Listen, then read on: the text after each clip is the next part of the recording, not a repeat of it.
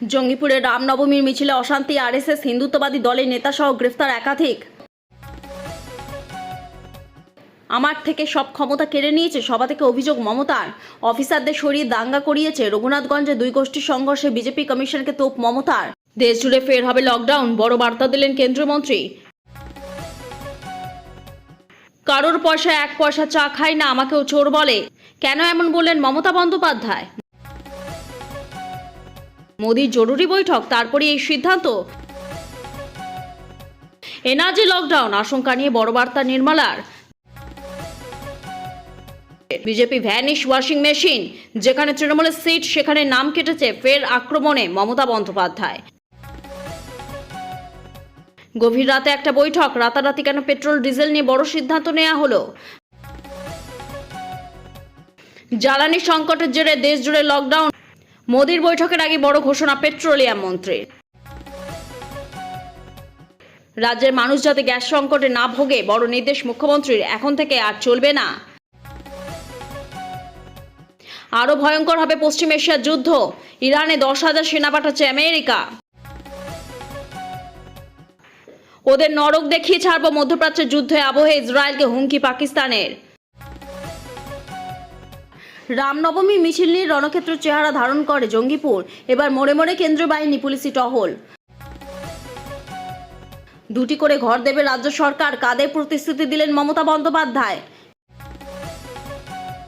Gas সিলিন্ডারে আকালে জ্বালানি কাঠ শুকোতে দেওয়া নিয়ে বিবাদ, ভাইয়ের হাতে ভাই খুন।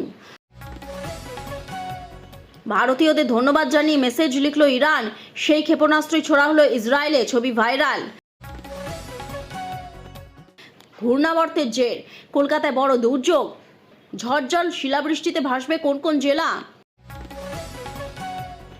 তোমরা বাংলাকে টার্গেট করেছো, আমি দিল্লি টার্গেট করেছি, রানীগঞ্জ থেকে গর্জন মমতার। ভরা ক্লাসে মুসলিম পড়ুয়াকে জঙ্গি বলেন অধ্যাপক, বেঙ্গালুরু বিশ্ববিদ্যালয়ে তোলপাড়, ভিডিও ভাইরাল। লক্ষ্মীর ভান্ডার নাকি শাখা পলা, রামনবমীর অনুষ্ঠানে ধর্মীয় মেরুকরণ অগ্নিমিত্রার। জ্বালানিতে আরো বড় কোপ, 1 এপ্রিল থেকে রফতানি বন্ধ করছে রাশিয়া, ভারতে পেট্রোল ডিজেলের দাম বেড়ে যাবে। কালবৈশাখী তাণ্ডবে বড় ধাক্কা, ডেবরায় ভেঙে পড়ল মমতার জনসভার ছাউনি। মা বোনেরা আগের দিন রান্না করে রাখুন, ভোটে সকাল থেকে বুথ আগলাতে হবে, রানীগঞ্জে মমতা। এতক্ষণ শুনছিলেন সংবাদ শিরোনাম, এবার আসছে বিস্তারিত খবরে। ভিডিওটি ভালো লাগলে লাইক করুন এবং আমাদের ইউটিউব চ্যানেলটি সাবস্ক্রাইব করুন। দেশ জুড়ে ফের হবে লকডাউন, বড় বার্তা দিলেন কেন্দ্রীয় মন্ত্রী। মধ্যপ্রাচ্যের যুদ্ধের জেরে রাজ্য জুড়ে দেখা গিয়েছে জ্বালানি সংকট। প্রধানমন্ত্রী নরেন্দ্র মোদী সংসদে দেওয়া ভাষণে কোভিড কালের সংকট স্মরণ করিয়েছেন দেশবাসীকে। কিন্তু কেন্দ্রীয় পেট্রোলিয়াম মন্ত্রী হরদীপ সিং পুরী শুক্রবার স্পষ্ট জানিয়ে দিয়েছেন, দেশে লকডাউনের কোনো সম্ভাবনা নেই, এমন কোনো সম্ভাবনা নেই। তিনি এই ধরনের গুজবকে দায়িত্বজ্ঞানহীন ও ক্ষতিকর বলে উল্লেখ করেছেন। শুক্রবার পেট্রোলিয়াম ও প্রাকৃতিক গ্যাস মন্ত্রী হরদীপ জানান, বর্তমান পরিস্থিতিতে সরকারের কাছে মাত্র দুটি পথ খোলা ছিল। সব দিক বিবেচনা করে দেশবাসীকে পেট্রোল ডিজেলের মূল্যবৃদ্ধি থেকে রক্ষা করতে সরকার অন্তঃশুল্কের পরিমাণ কমানোর সিদ্ধান্ত নিয়েছে। তবে এতে সরকারের আর্থিক ক্ষতি হবে, তাও বুঝিয়ে দিয়েছেন হরদীপ। এনআরজি লকডাউন কোনো সরকারি পরিভাষা নয়, বরং ইন্টারনেটের দুনিয়ায় দেওয়া এই শব্দবন্ধ। জ্বালানি বাঁচাতে সরকার যাতায়াত বা বিদ্যুৎ ব্যবহারে নিয়ন্ত্রণ চাপালে সেটাকে নেট দুনিয়া বলছে এনআরজি লকডাউন।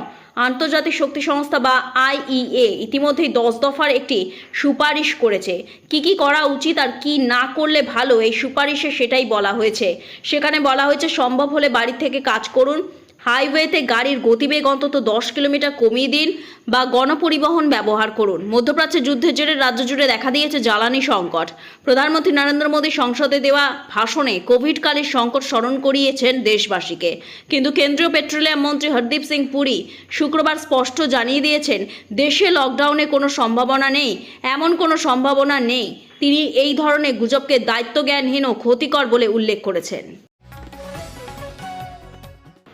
অফিসারদের সরিয়ে দাঙ্গা করিয়েছে রঘুনাথগঞ্জে দুই গোষ্ঠীর সংঘর্ষে বিজেপি কমিশনকে তোপ মমতার। মুর্শিদাবাদের রঘুনাথগঞ্জে দুই গোষ্ঠীর সংঘর্ষে বিজেপি ও কমিশনকে নিশানা মুখ্যমন্ত্রী মমতা বন্দ্যোপাধ্যায়ের। আমলা অফিসারদের সরিয়ে হিংসা ছড়ানো হয়েছে বলে সরব মমতা। তিনি বলেন, অফিসারদের সরিয়ে দাঙ্গা করিয়েছে, আক্রমণের সুর চড়িয়ে তার হুঁশিয়ারি, কাউকে ছাড়া হবে না। মমতার আরও অভিযোগ, অস্ত্র নিয়ে রামনবমী মিছিল করা হয়েছে, কোনো ব্যবস্থা নেওয়া হচ্ছে না। দুগোষ্ঠীর সংঘর্ষ কমিশনের নিয়ন্ত্রণাধীন প্রশাসনের গা ছাড়া মনোভাবের জন্য ক্ষমা চেয়েছেন তিনি। শনিবার রানীগঞ্জে খান্দ্রা ফুটবল মাঠে জনসভা করেন মুখ্যমন্ত্রী মমতা বন্দ্যোপাধ্যায়। সেখানেই গতকাল শুক্রবার রঘুনাথগঞ্জের সংঘর্ষ নিয়ে মুখ খোলেন তৃণমূল সুপ্রিমো। হিংসা নিয়ে মমতার অভিযোগ, অফিসারদের সরিয়ে দাঙ্গা করানো হচ্ছে। কে অধিকার দিয়েছে দাঙ্গা বাঁধানোর? টাকা ঢোকানো হচ্ছে, কাউকে ছাড়া হবে না। সভা শেষে তিনি বলেন, আমি আশা করছি যারা আছেন তারা নিরপেক্ষ হয়ে কাজ করবেন, এলাকায় শান্তি শৃঙ্খলা বজায় রাখবেন। নির্বাচন ঘোষণার পর কমিশনের শীর্ষ স্তরের থেকে জেলা প্রশাসনের এসপি ও ডিএম স্তরে একাধিক রদবদল করা হয়েছে। সেই সময় মমতা বন্দ্যোপাধ্যায় প্রশ্ন তুলেছিলেন, অফিসারদের সরিয়ে দেওয়া হচ্ছে, আইন শৃঙ্খলা ব্যবস্থা ভেঙে পড়বে। তার সেই শঙ্কায় প্রমাণিত হয়েছে বলে দাবি তৃণমূলে। উল্লেখ্য, প্রতি বছরের মতো এবারও রঘুনাথগঞ্জের রামনবমীর শোভাযাত্রা বের হয়। এছাড়াও বিভিন্ন গ্রাম থেকে ছোট ছোট মিছিল যাচ্ছিল রঘুনাথগঞ্জে ম্যাকানজি পার্কের উদ্দেশ্যে। একটি মিছিলে সীসাতলা এলাকায় পৌঁছলে গান বাজানোকে কেন্দ্র করে স্থানীয় বাসিন্দাদের সঙ্গে বচসা বাঁধে। পরিস্থিতি দ্রুত উত্তপ্ত হয়ে ওঠে, দুই গোষ্ঠীর মধ্যে সংঘর্ষ বাধে। মিছিলকে লক্ষ্য করে ইট পাটকেল ছোড়ার অভিযোগ ওঠে। মুহূর্তে রণক্ষেত্রের চেহারা নেয় এলাকা। অন্যদিকে বড় শোভাযাত্রাটি শহর ফুলতলা মোড় সংলগ্ন এলাকায় পৌঁছতে আবারও উত্তেজনা ছড়ায়। একদিকে চলতে থাকা ঢিল ছোড়াছুড়ি, অন্যদিকে মিছিলে এগিয়ে যেতে থাকার পরিস্থিতি আরও অগ্নিগর্ভ হয়ে ওঠে। অভিযোগ, উত্তেজিত জনতা ফুলতলা মোড়ের কাছে বেশ কয়েকটি ফলের দোকানে ভাঙচুর চালায়, আগুন লাগিয়ে দেয়। খবর পেয়ে দ্রুত ঘটনাস্থলে র্যাপিড অ্যাকশন ফোর্স, স্থানীয় বাহিনীর জওয়ান ও পুলিশ পরিস্থিতি নিয়ন্ত্রণে আনে তারা। দুটি করে ঘর দেবে রাজ্য সরকার, কাঁধে প্রতিশ্রুতি দিলেন মমতা বন্দ্যোপাধ্যায়। শনিবার রানীগঞ্জে ভোট প্রচার করলেন মমতা বন্দ্যোপাধ্যায়।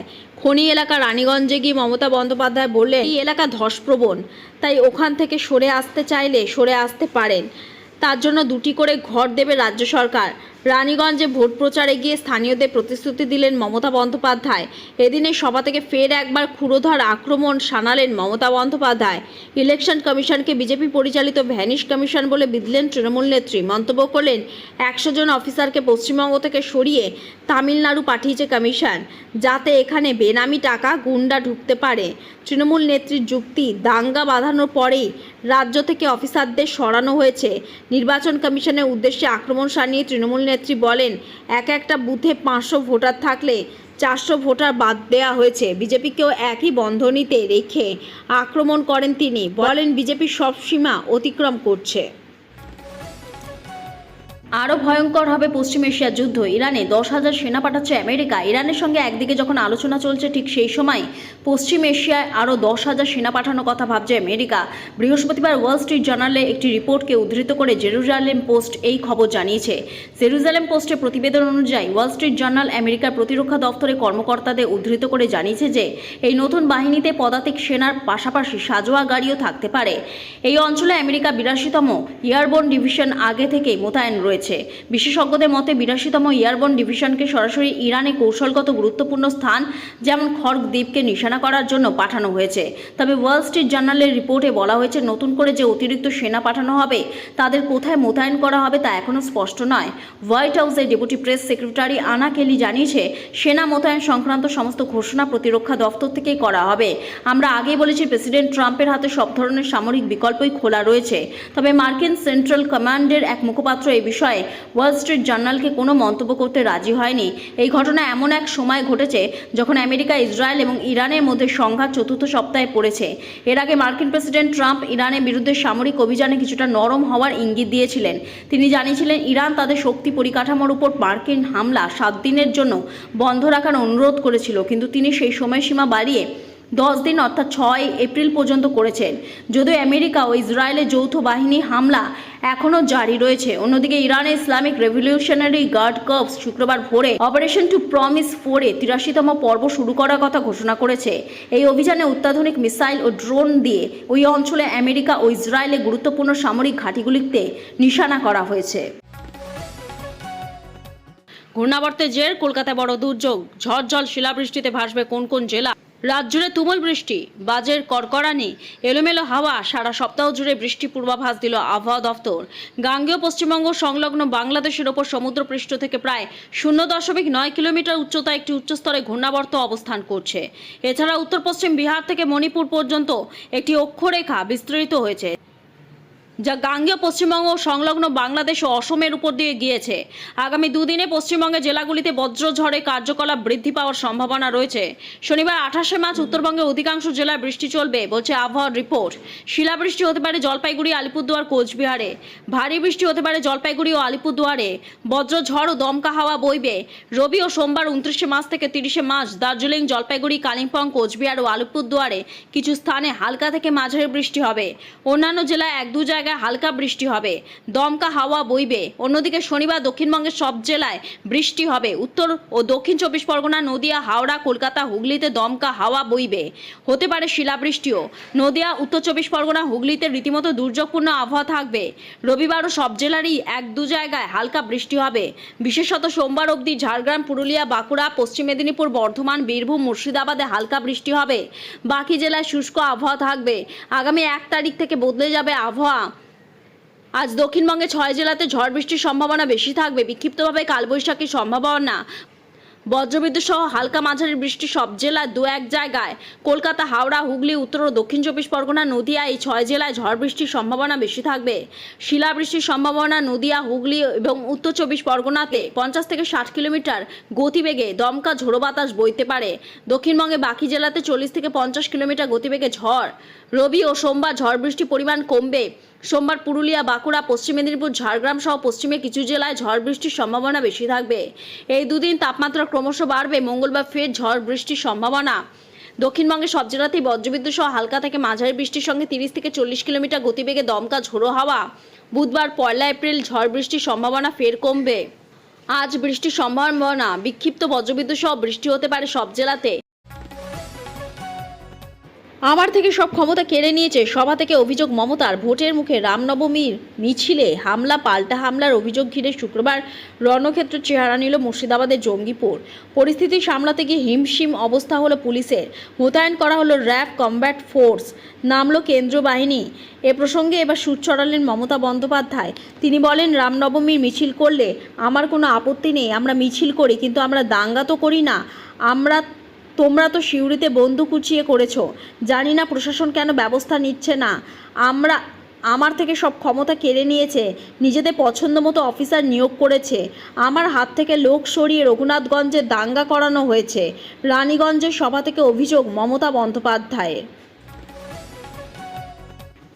ওদের নরক দেখিয়ে ছাড়বো। মধ্যপ্রাচ্যের যুদ্ধের আবহে ইসরায়েলকে হুমকি পাকিস্তানে। মধ্যপ্রাচ্যের যুদ্ধ আবহে বা ইসরায়েলকে সরাসরি হুঁশিয়ারি দিল পাকিস্তান। তেহরানে তাদের দূতাবাসে খুব কাছে হামলা চালানো ইসলামের হুমকি। কাতার চুপ থাকলেও তারা হাত গুটিয়ে বসে থাকবে না। পাশাপাশি পাকিস্তানে কোনো কূটনীতির ওপর হামলা হলে তার ফল ভয়াবহ হতে পারে বলেও আগাম সতর্ক করা হয়েছে। এই বিষয়ে পাকিস্তান বিবৃতি জারি করে জানিয়েছে, ইসরায়েলে মনে রাখা উচিত, পাকিস্তান কিন্তু কাতার নয়। যদি আমাদের কোনো কূটনীতির কোনো রকম ক্ষতি হয়, তা সে পৃথিবীর যে প্রান্তেই হোক না কেন, তাহলে ওদের নরক দেখিয়ে ছাড়বো। প্রসঙ্গত, বৃহস্পতিবার ইরানে অবস্থিত পাকিস্তানের দূতাবাস খুব কাছে বোমা হামলা চালায় আমেরিকা ও ইসরায়েল। তবে ঘটনা দূতাবাস ভবন বা সেখানকার কোনো কূটনীতিকদের ক্ষতি না হলেও আশেপাশে এলাকার বহু ক্ষয়ক্ষতি হয়েছে।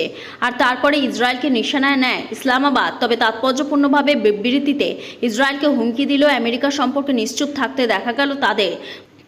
ঘটনাচক্রে ইরানের সঙ্গে আমেরিকা এবং ইসরায়েলের সামরিক সংঘাত থামাতে মধ্যস্থতাকারী হিসাবে এগিয়ে এসেছে পাকিস্তান। তাদের মাধ্যমেই 3 দেশে আলোচনা চলছে। কিন্তু এই আবহেই তেহরানে পাক দূতাবাসের কাছে ইসরায়েলে হামলা চালানোয় অসন্তোষ প্রকাশ করেছে পাকিস্তান। রীতিমতো নরকে পাঠানোর হুমকিও দেয়া হয়েছে। মধ্যপ্রাচ্যের যুদ্ধ আবহে এবার ইসরায়েলকে সরাসরি হুঁশিয়ারি দিল পাকিস্তান। তেহরানে তাদের দূতাবাসের খুব কাছে হামলা চালানোয় ইসলামাবাদের হুমকি। কাতার চুপ থাকলেও তারা হাত গুটিয়ে বসে থাকবে না। পাশাপাশি পাকিস্তানে কোনো কূটনীতির ওপর হামলা হলে তার ফল ভয়াবহ হতে পারে বলেও আগাম সতর্ক করা হয়েছে। রাজ্যে হাজার হাজার বস্তা আলু পাঠাচ্ছে তৃণমূলের সংগঠন। এবার কত বাড়তি আলু ফলেছে জানেন? অবশেষে তারকেশ্বর থেকে ভিন রাজ্যে আলু পাঠানোর ব্যবস্থা করল তৃণমূলের আলু ব্যবসায়ী সংগঠন West Bengal progressive potato growers and traders organisation. যদিও ভোটবঙ্গে তা নিয়েও শুরু হয়েছে চাপানিত্তর। চাষিদের ললিপপ দেখানো হচ্ছে, এতে চিড়ে ভিজবে না কটাক্ষ বিজেপি। তারকেশ্বর থেকে রেলের মালগাড়ি করে অসম ও ত্রিপুরায় পাঠানো হচ্ছে আলু। প্রতি মালগাড়ি করে 42,000 প্যাকেট আলু পাঠানো হচ্ছে। সপ্তাহে অন্তত 2টি আলু বোঝাই মালগাড়ি ভিন রাজ্যে পাঠানো হবে বলে জানা গেছে। তৃণমূলে আলু ব্যবসায়ী সংগঠন দাবি, ভিন রাজ্যে আলু পাঠানোর ফলে কিছুটা হলেও স্বস্তি মিলবে বাংলার আলু চাষিদের। ভিন রাজ্যে আলু পাঠিয়ে বস্তা প্রতি 20 টাকা করে দাম বেড়েছে বলে জানান সংগঠনের কর্মকর্তা। এই সংগঠনের আরও দাবি, উৎপাদিত অতিরিক্ত আলু পাঠানোর হচ্ছে ভিন রাজ্যে, যাতে সব মিলিয়ে অবস্থা ক্রমেই ঘোরতর হচ্ছে। যদিও এখন ভিন রাজ্যে আলু গেলেও তাতে বিশেষ আশার আলো দেখছেন না কৃষকরা। অনেকেই বলছেন বহু আলু এখনও মাঠে পড়ে আছে। আলু কেনার জন্য কোনো ব্যবসায়ী দেখা মিলছে না। 160 টাকাতেও আলু কিনছেন না ব্যবসায়ীরা, ফলে চরম ভোগান্তি চলছেও।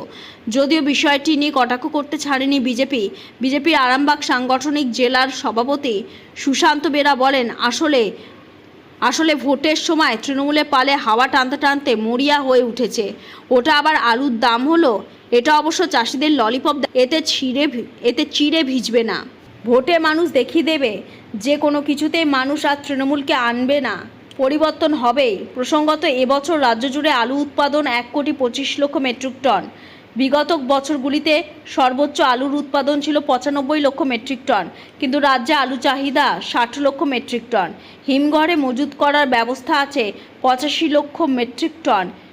বস্তা প্রতি আলুর উৎপাদনে চাষিদের গায়ে খরচ 375 টাকা। হিমঘর আলু বস্তা বন্দি করে পৌঁছতে খরচ 75 টাকা, আর সঙ্গে আবার আলাদা করে হিমঘরে ভাড়া রয়েছে। বর্তমানে আলুর বাজারে বস্তা প্রতি 160 টাকা থেকে 120 টাকা। সেখানে তৃণমূল আলু ব্যবসায়ী সংগঠন বস্তা প্রতি আলু কিনছে 240 টাকায়।